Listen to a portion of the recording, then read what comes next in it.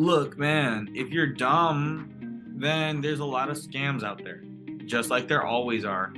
But if you actually pay attention, you can Common sense, outperform. yeah. Exactly. So If you can identify who's actually a scammer, like Nigerian princess, like if you can avoid that, because Gmail scams. people will have like 3 good bets in a row and then lose everything on something else.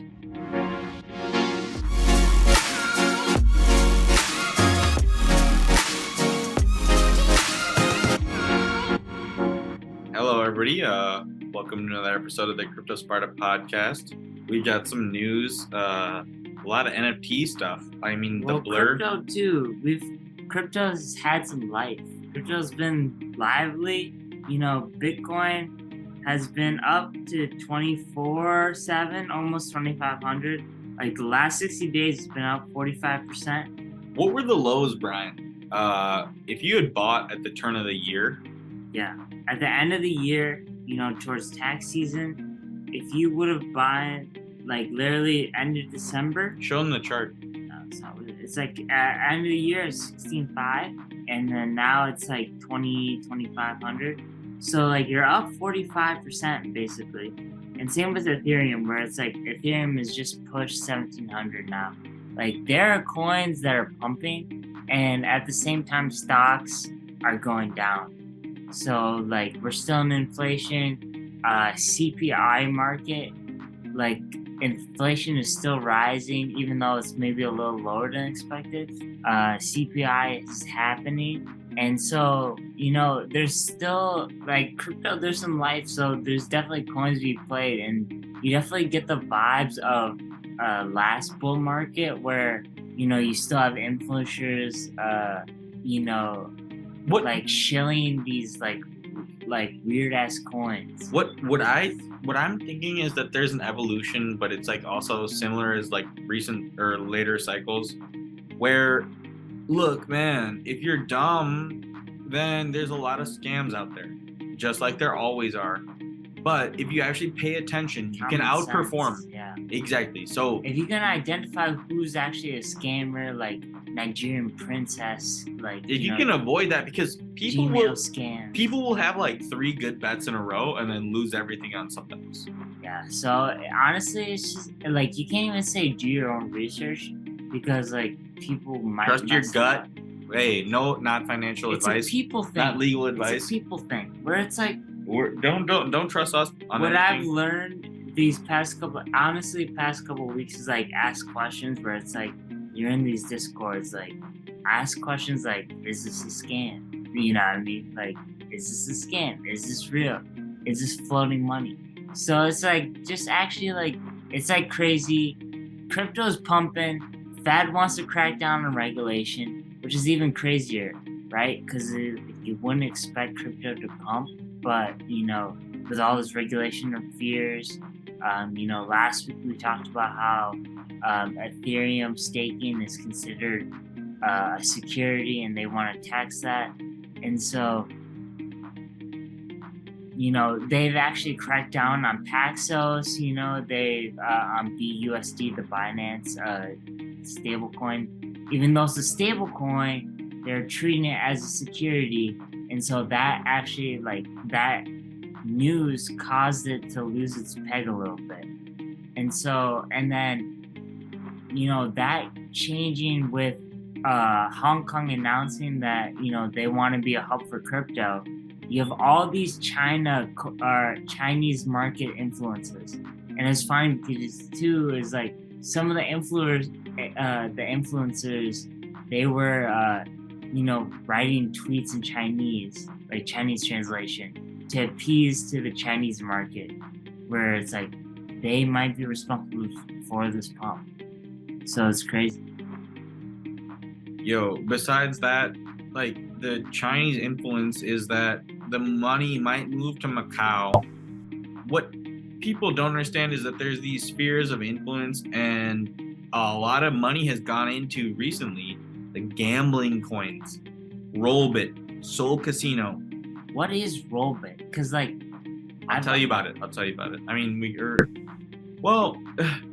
look, the whole thing is in the United States, it's ridiculous where they restrict what you're allowed to do. And that's why a lot of people have to do the non-KYC stuff with VPNs, and that's illegal. So it's hard to tell what's legal or illegal in the United States. But in other countries, you can 100x leverage and then piss your money away. You might as well be rolling dice on the fucking craps table.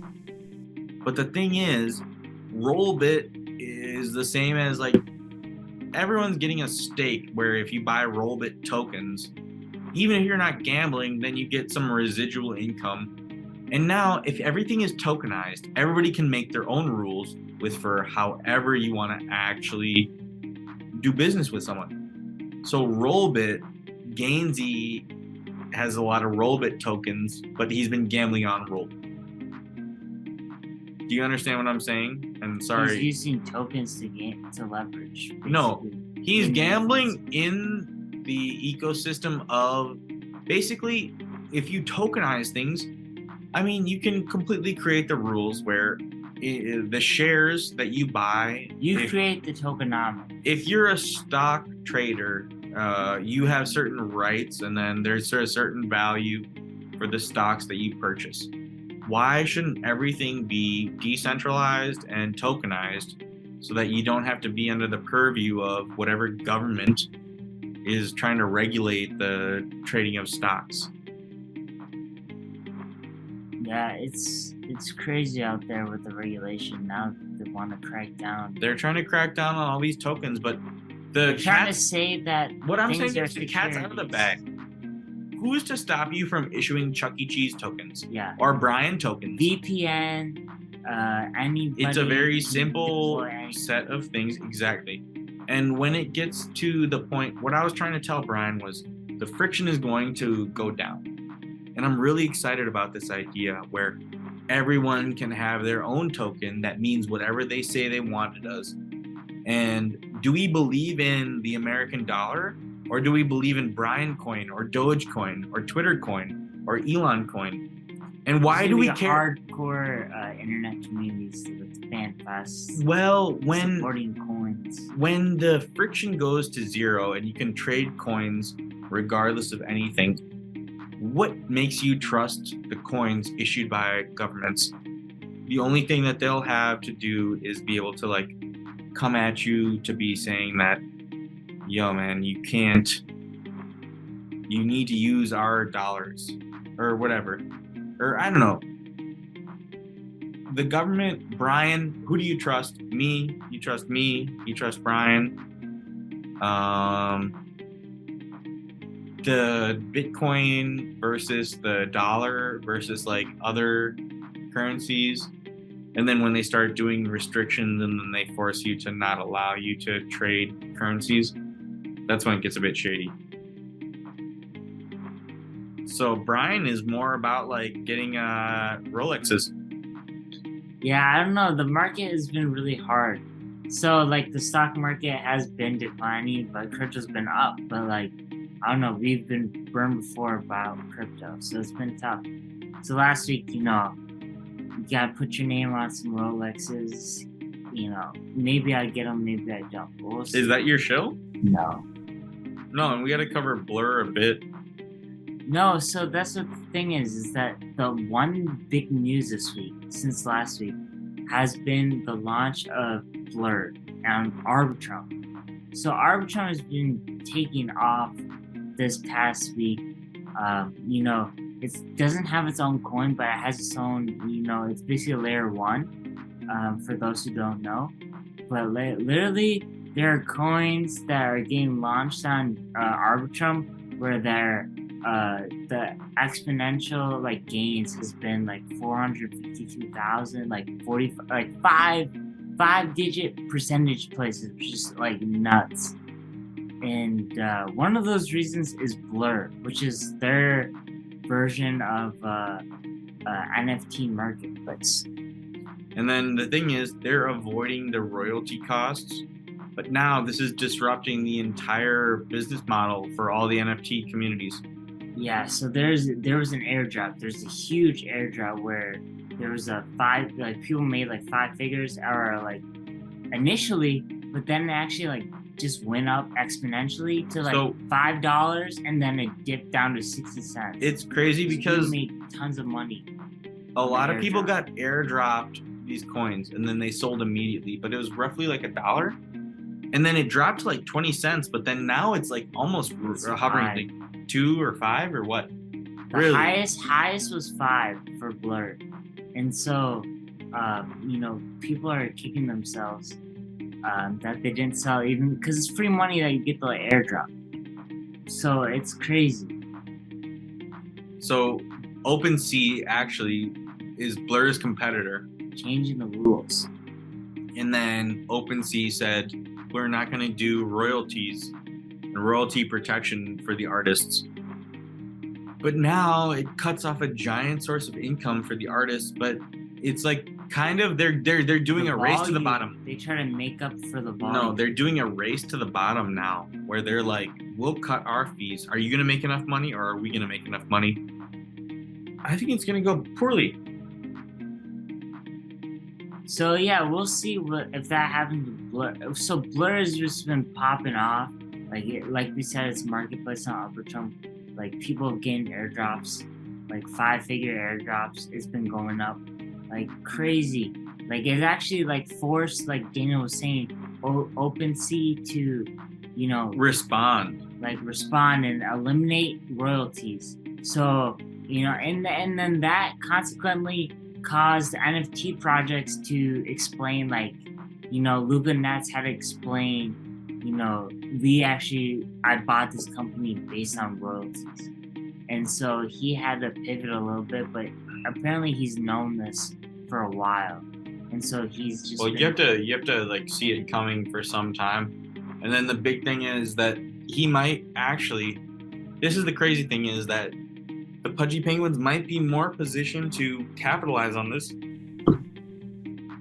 They had already been planning for this type of eventuality. So what they were trying to do was establish themselves as a business. Look, if you don't get residual income off of the trading of your NFT, a lot of these hype, like legacy, niche NFT projects, dude, I have a mutant ape. I have a this, I have a that. And then the people that actually put out the mutant apes, they're like, we're cool and we're going to continue to make money. Yo, when they remove this mechanism for earning residual income, it's going to be a very serious problem. And so there was this guy, Jimmy, he's a famous Bored Ape Yacht Club guy, who was talking about putting out additional projects. And he's a builder, quote unquote. And then he said, I put millions into this one project, but without the residual income off of the... And I mean, it's part of their business model. Is it unfair to take the 5%? Or the thing is, if you change the rules in the middle of the day, yeah, a lot of these projects don't exist. And they just exist off of hype. Because the thing is, the traders trade these NFTs. And then they try to trade for money, hoping things go up or down. But that fraction keeps the whole ecosystem going, because the people that create the art or whatever, the NFTs at the beginning, they keep making money as long as they keep the hype going. But now, if you change the business models, if you don't get the residuals off of like the 5%, these people are going to be having to losing money. Well, they're going to need to do new projects. So instead of just having it be going up in value and then like trading, dude, the Pudgy Penguins make 5% off of expensive trades because they've increased the value over time, hopefully. If they don't get the royalties anymore, they're fucked. So then they're going to have to sell new and more NFTs. It's changed the whole market. What are they going to do? Dilute their brand by having to continually sell things because they're not getting royalties? Yeah. They're going to sell merch. They're going to do this, that. It's like, it's completely diluted the market. Yeah, it's crazy. No, and NFTs are just wild. Like, yeah, the Compai Pandas. The volume has increased. Compai has taken a dip a little bit. Well, from last week, huh? Yeah, but the market is evolving. And then there was a CPI dip and bounce. Yeah, Crypto CPI, went up and down. It was a bull trap. And then this is the crab. Well, it's a crab. Is it a bull trap right now? No, the crab market means that there's a crab because you move side to side.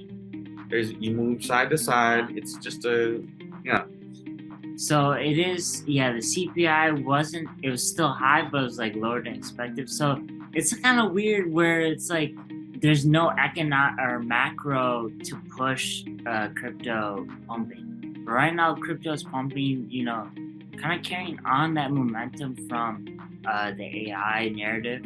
And now it's just like, DeFi is making a comeback. Link is actually, Link's at $8, which is like crazy. But you still look at these charts, it's still flat. And so the things that I looked at are just the idea of flows. And the thing is, retail might be bouncing back, which is cool. And then if there's enough people, Ryan and I used to watch Industry, and I loved it when Rishi was just like, oh, they filled that order. All these like apes on the internet. Yeah. Retail is kind of bouncing back and like a bit more bullish, I think. I don't know.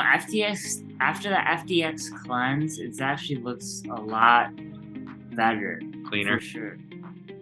But, it's just you don't know about the macro situation. Right now, the macro... I think it'll dip back down. I think we're going to be like there's going to be some kind of pullback. We're in a range. Yeah, no, there was a pullback. Well, there is from today. But what's your show, man? My show, I don't know. I think cash is still the mood, but I also like Ethereum or Link if it goes below 7. Because the AI play, it fits that play. It's just like data, giving data to the blockchain, transferable. So it's like there's so many different services that they can provide. I'm gonna go out on a limb here. I changed it. I was gonna say Kampai Pandas, but that's because I have 3 of them, so I want them to go up. But you know what I'm gonna actually say? Shiba Inu. Seriously, just watch that alleyway. No, I just feel that meme coins are gonna bounce. Yeah, Modern Warfare Resurgence dudes get that analysis. And SHIB. Get some SHIB. That analysis. Buy some SHIB. That's my show. We good? Anything else? Last words? We chill. We groovy, baby. Thank you for listening. It's been a good episode of the CryptoSparta Podcast. And peace.